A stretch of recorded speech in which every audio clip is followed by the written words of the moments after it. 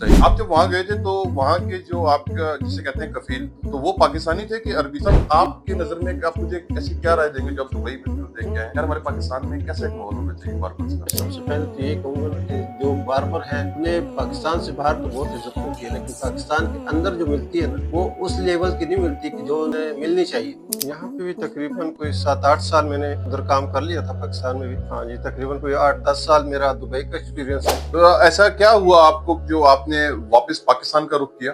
उसने आपको वो है उनकी जो क्लासें होती थी 6 मंथ्स में वो आते थे। अल्हम्दुलिल्लाह मैं ये कोशिश हाँ, ये करता हूँ बताएं कि सर मैं हमको जब सर सारों को। सुबह घर से निकलता हूँ तो ये एक बहुत अहम अल्हम्दुलिल्लाह पॉइंट है जरा इनसे जब आप दुबई में गए तो वहाँ पे आपको क्या पैकेज मिलता था सर? और आप जो जिस किस्म का काम पाकिस्तान में करते हैं जी जी। वो उधर मेरे ख्याल से तो जीरो में शुमार होता है। शुरू के नाम से जो बड़ा मेहरबान निहायत रहम वाला है। आज हम केपीके नौशहरा में मोहम्मद अली काशिफ साहब के पास आए हैं जिन्होंने बहुत अरसा ये काम पहले पाकिस्तान में किया, उसके बाद ये दुबई मूव हो गए और ये दुबई रिटर्न है इस टाइम। तो इनसे हम दोनों मुल्कों के बारे में क्राइटेरिया लेंगे कि इन्होंने पाकिस्तान में कितना काम किया, दुबई में कितना काम किया और इन दोनों के अंदर डिफरेंस कितना था। तो आइए बात करते हैं काशिफ साहब के साथ।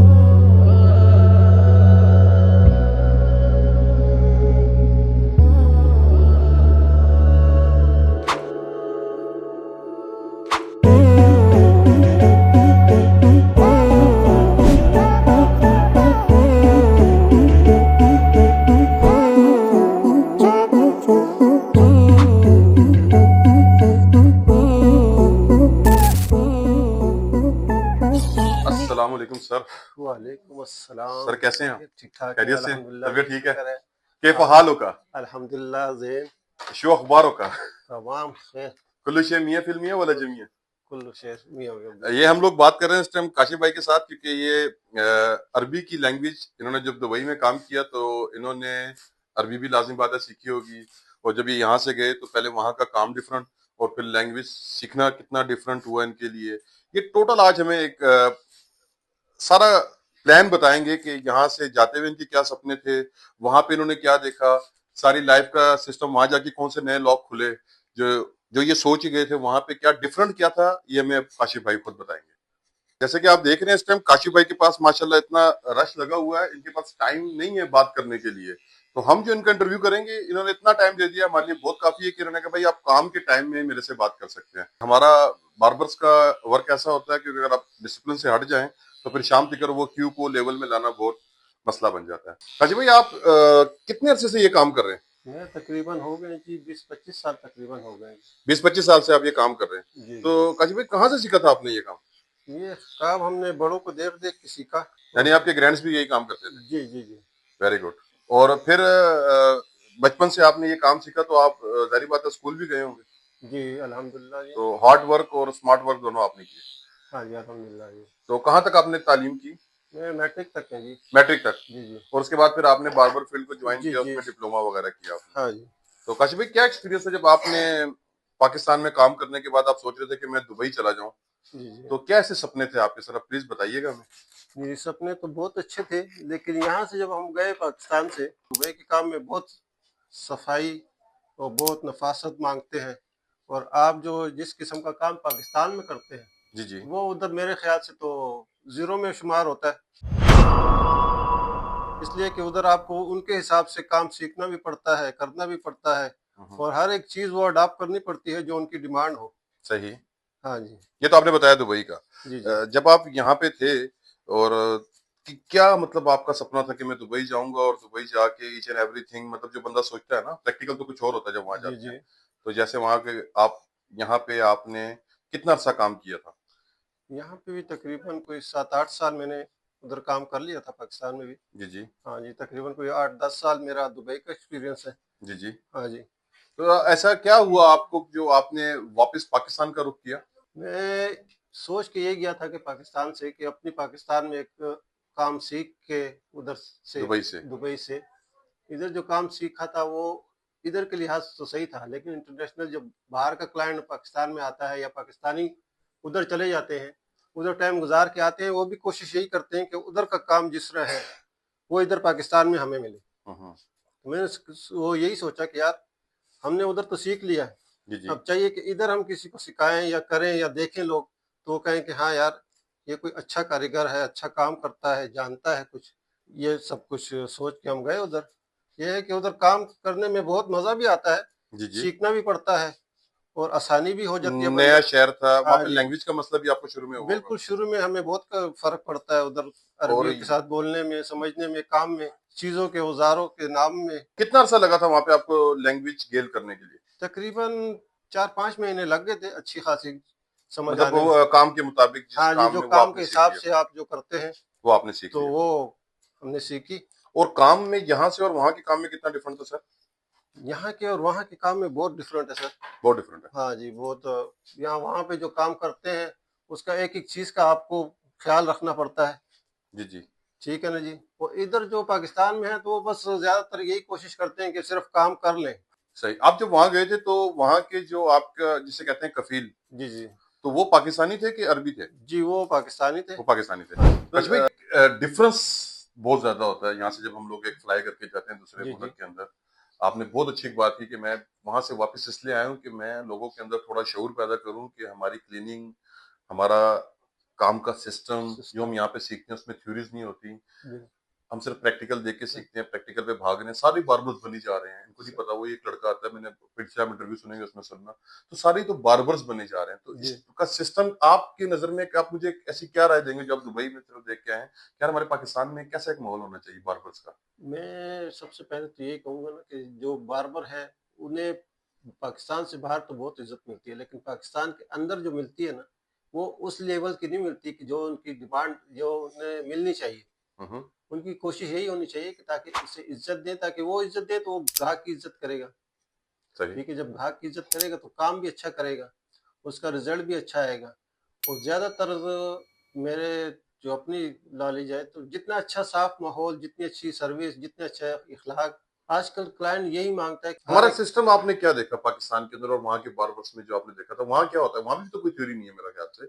वहां भी आप गए, आपने जाके कोई थ्योरी की क्लास ली वहां पे? नहीं, आप नहीं। गए एक शॉप के ऊपर पाकिस्तानी के पास आपने काम किया, हाँ जी। नहीं, उसने आपको। वो है, उनकी जो क्लासें होती थी 6 मंथ्स में वो आते थे। तो हम्म। पाकिस्तान में या पाकिस्तान से बाहर जो और उनकी माशाल्लाह काफ़ी नॉलेज है उनकी भी, मुख्तार अहमद साहब लाहौर में, उन्होंने वो हमें हर 6 महीने के बाद जो भी नई चीज़ आती थी हमें एक प्रैक्टिकल या वैसे बताते थे कि यार ये चीज़ चल रही है आजकल, आपने इसे सीखना है, इसे करना है। तो न्यू वेव्स न्यू जिसे वेज़, कहते हैं, न्यू तो वेव्स के उससे ऊपर। देख के हमें भी शौक होता था कि यार ये एक नई चीज़ आ गई, चलो ये करो।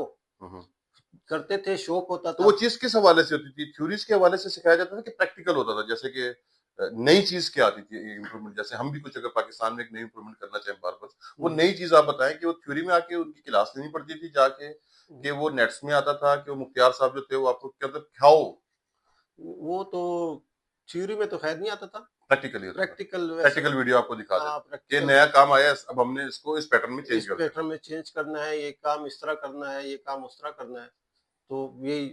आजकल के जो जवान इस टाइम पाकिस्तान में हमारे नई जनरेशन जो ये काम सीखने जा रही है बार्बर्स का, ये बहुत से लोग शौक से काम शुरू करते हैं कि यार जी, मैं जी। शौक था, जी, जी। क्योंकि उनका खानदानी ये काम नहीं होता, फैमिलीज की तरफ से सही, नहीं आ रहा, वो शौक से काम सीख लेते हैं। सही, फिर वो बाद में जब खड़े होते हैं 5-6 साल बाद, फिर उनका शौक उनको पूरा करता है। फिर सही, उनकी वो टांगे, जैसे हम लोग स्टैंडिंग में काम करते हैं, सही। तो आपको आने वाले टाइम में कितना लगता है कि अगर आप एक यहाँ पे नौशहरा के अंदर एक ऐसा एक नया, जैसे आपने कहा मुख्तियार साहब लाए थे, तो आप क्या एक नौशहरा के अंदर केपीके के अंदर एक नई चीज ला सकते हैं जो आपने डिफरेंट देखा दोनों मुल्कों के अंदर?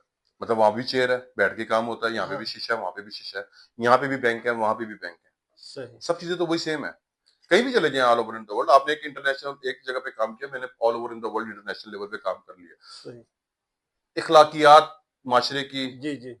वहां पे वहाँ पे सिस्टम, तो वहां पे आपको बहुत काम करने का मजा क्यों आता है? क्योंकि अपॉइंटमेंट पे आते हैं सारे कस्टमर। डिपार्टमेंट में आते हैं और आपको इज़्ज़त देते हैं। अपॉइंटमेंट होगी तो इज्जत ही हाँ होगी जी, ना सर, जी। कि मैं आपके पास टाइम है, मैं आ सकता हूँ, आपके पास भी आपका भी टाइम सेव हुआ, उसका भी टाइम उसका भी सेव सही। हुआ। अब यहाँ पाकिस्तानी जो बार्बर है वो रात को 2-2 3 बजे तक दुकानें खोल के बैठे होते हैं, उनके यूनिट्स गिर रहे हैं, सारा कुछ हो रहा है, उनको नहीं पता, वो जी। एक गाहक के इंतजार में सारी रात बैठे रहते हैं कि वो उसने मैं आना है। इसमें ये कहूँगा कि जिस तरह एक डॉक्टर का अपना टाइमिंग और एक सिस्टम चल रहा होता है ना, जी जी। हम बार्बर को भी चाहिए कि अपनी एक टाइमिंग रखें। हम्म। इतने बजे से इतने बजे तक हमने काम करना है। इसके सही। बाद हमने थोड़ा बहुत टाइम फैमिली को देना है, हम्म। थोड़ा अपने यार दोस्त को देखना है, या मदर हैं, वालिदैन हैं, उनके साथ भी थोड़ा, तो उसके साथ जो है ना बिल्कुल बंदा फ्रेश अच्छा तरोताजा और रहता है। ताज़ा रहता है। आप दुबई में आने के बाद किस टाइमिंग पे काम कर रहे हैं इस टाइम? मैं सुबह शॉप पे आना जाना? जी मैं अपना अल्हम्दुलिल्लाह टाइमिंग अपनी रखी हुई है, 9 साढ़े 9 बजे तक आ जाता हूँ। 9 या 9:30? टाइमिंग का मतलब है एक टाइम। हाँ, नहीं 9:30 बजे तक नमाज भी देखें मैंने आपसे नहीं पहले पिछले इंटरव्यू में अल्हम्दुलिल्लाह कि नमाज नमाज भी है तो वक़्त पे, हाँ जी, फिर बाद में कज़ा है, कज़ा है। लेकिन कबूल है। तो आप बताएं कि टाइमिंग एक होनी चाहिए, 9 बजे आप आए या 10 बजे आए, हाँ जी। फिर? उसके बाद जो नमाज का टाइम है तो वैसे, लेकिन जो अपना दुकान का टाइम है उसमें मैं कोशिश ये करता हूँ कि जितना ज्यादा टाइम दुकान के अंदर गुजार सकता हूँ जी जी। वो दुकान में गुजारूं, क्लाइंट को दूं, कस्टमर के साथ डीलिंग अच्छी करूं, उनका काम करूं। फिर उसके बाद जो रात का टाइम होता है, रात को ईशा के बाद 1 घंटा एक्स्ट्रा हो जाता है। लेकिन वैसे कुरान में तो कहा गया कि अबाबीलें पढ़ के, नमाज जो होती है मगरिब के बाद जी अबाबील की, वो पढ़ के नहीं वो घरों को चले जाएं। घर या इस तरह तो अगर टाइमिंग है ना, मतलब हाँ बता जी दी कि हमारी किताब कुरान हमें बहुत कुछ हाँ बता रही है, टाइमिंग सिस्टम, लेन देन, वो हिसाब तो किताब, हम उनसे बड़े दूर हैं क्योंकि हम हमने कुरान प्रैक्टिकल अरबी में पढ़ा हुआ है और उसकी थ्योरी उर्दू में हमने नहीं समझी हुई। थ्योरी नहीं समझी तो इसकी ये वजह से हम बहुत ज्यादा खसारे में भी जा रहे हैं फसाद इस टाइम, है। क्योंकि टाइम नहीं। और आप जो ये काम करते हैं, मेरा एक चैनल का मतलब यही है, मैंने अल्लाह मियां ने, आप जिस चेहरे को ऊपर काम कर रहे हैं उसको किसने बनाया? अल्लाह ताला ने अल्लाह बनाया। ताला ने, कहते हैं ना, हाँ अपने हाथों से, कहते हैं तखलीक बिल्कुल किया है। बिल्कुल। तो आप उस चेहरे को ऊपर जब काम कर रहे होते हैं, आप वजू करते हैं उस टाइम? नहीं अल्हम्दुलिल्लाह मैं ये कोशिश हाँ, ये करता हूँ बताएं कि सर मैं जब उनको, सर सुबह सारों को। सुबह घर से निकलता हूँ तो ये एक बहुत अहम अल्हम्दुलिल्लाह पॉइंट है सर, इनसे आप वजू करके सबक वगैरह पढ़ के माशाल्लाह। घर से वालदैन से मिल के, वालदा से, वालिद साहब तो दुकान पे चले जाते हैं, वालदा से मिल के मैं फिर दुकान पर आता हूँ। सही, और दुकान पे मेरी कोशिश 100% ये होती है कि मैं बावजू रहूं सही, माशाल्लाह, हर नमाज, यानी कि अगर सुबह वजू किया तो कोशिश करता हूँ कि वजू में ही रहूं। माशाल्लाह, जोहर की नमाज पढ़ी उसके बाद भी अल्हम्दुलिल्लाह वजू में, तो मुझे इसकी तकलीफ नहीं होती कि मैं वजू में नहीं हूँ, मैं अल्हम्दुलिल्लाह इस टाइम भी वजू में ही हूँ। माशाल्लाह, हाँ जी, बहुत मेरी अच्छे। ज्यादातर कोशिश यही होती ये है। मुझे फर्स्ट बार्बर मिले हैं, उन्होंने मुझे पहली बार, एक पहले ऐसा बार्बर जो कह रहा है कि वजू में खड़ो के काम करो। अल्हम्दुलिल्लाह आप जब शाम को, आपने एक दूसरा मेन पॉइंट हमारा, आपने सैलरी बेस्ड सिस्टम देखा जी जी जब आप दुबई में गए, तो जी। वहां पे आपको क्या पैकेज मिलता था सर? वहाँ पाकिस्तानी क्या रुपीस बनती थी? व्यूअर्स को जब बताएं। हम गए थे तो तकरीबन उस टाइम पाकिस्तानी कोई 28-30 हज़ार रुपए आपको समथिंग। मिलते हाँ थे जी जी। पाकिस्तानी वहां से? पाकिस्तान वहां से अब आप ये बताएं कि यहाँ पे आप क्या, मतलब मैं आपसे आपकी इनकम नहीं पूछूंगा,